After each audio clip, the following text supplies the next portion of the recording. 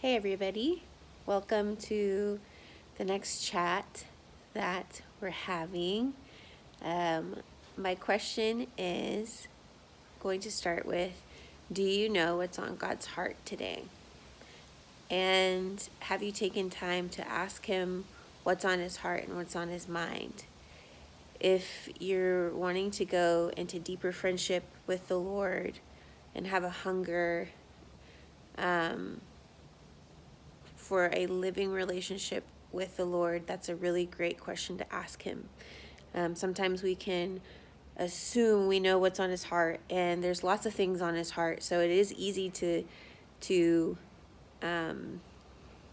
already know a lot of the things that are on his heart.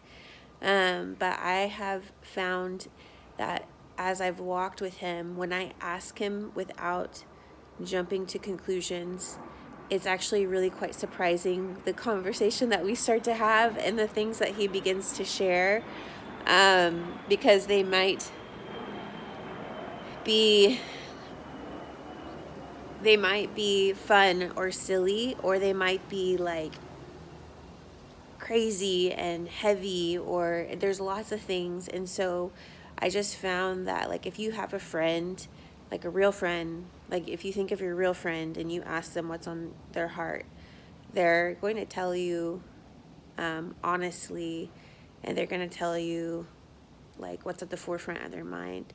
So if you are hungry for a deeper relationship, in fact, I was inspired by a testimony for a season to wake up early in the morning.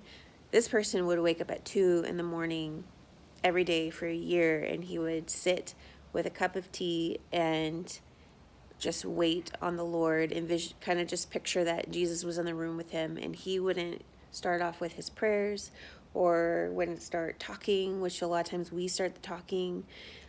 He would just wait to hear what God wanted to say, if he wanted to say anything he wanted to say. And he made a habit of that. And I started to do that for a season.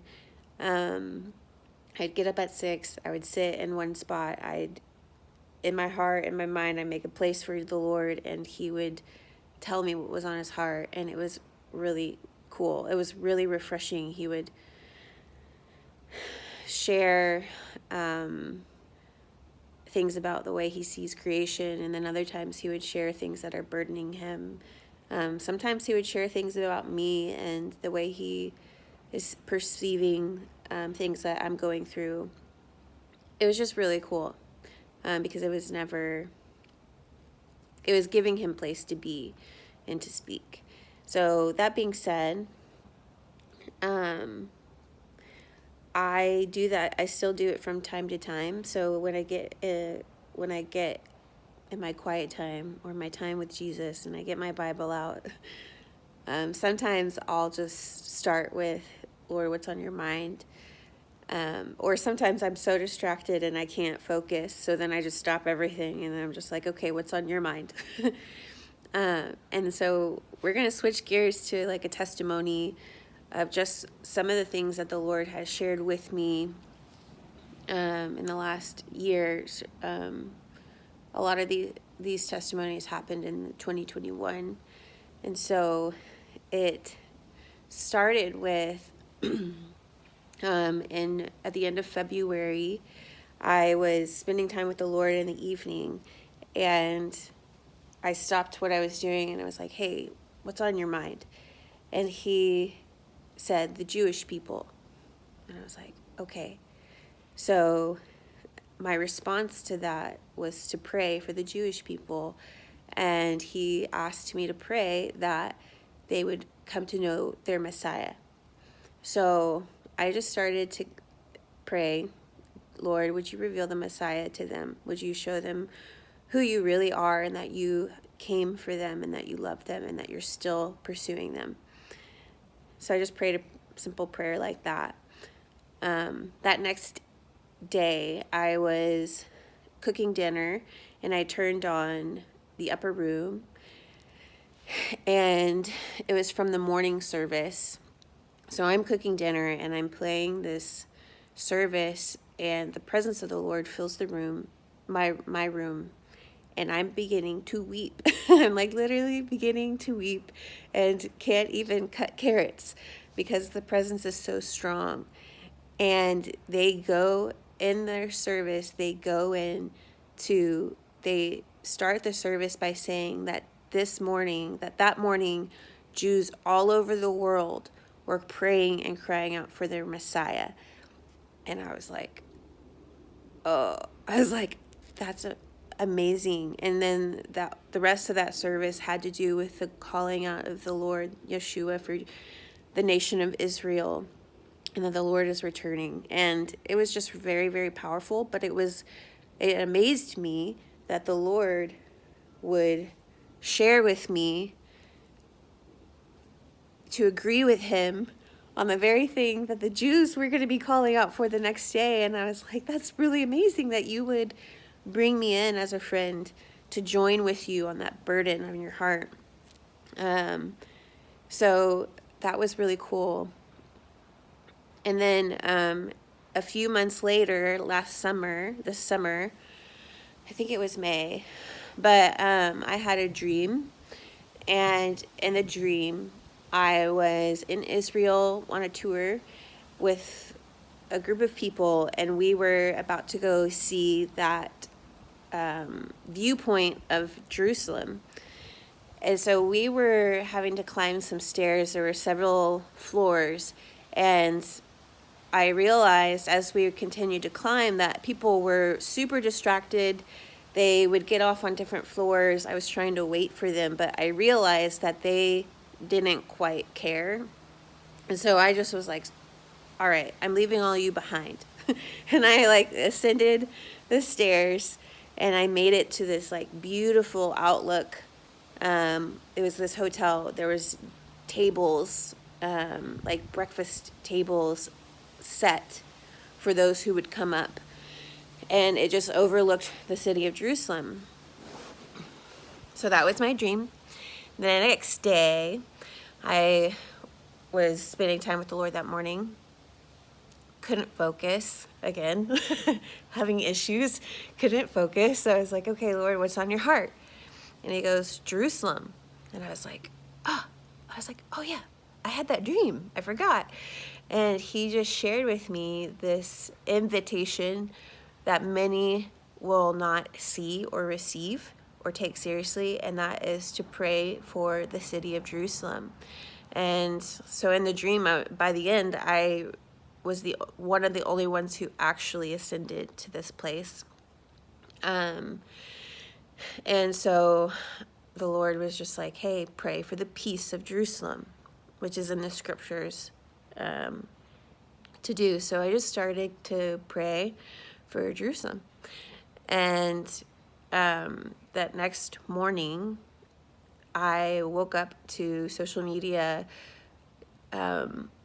talking about the attack in Jerusalem and everything that just started going on. We heard about the different battles with Gaza and the Palestinians and the Israelites, and the attack on Jerusalem. And this went on for, I'm not sure, I can't remember at this point how long that went on.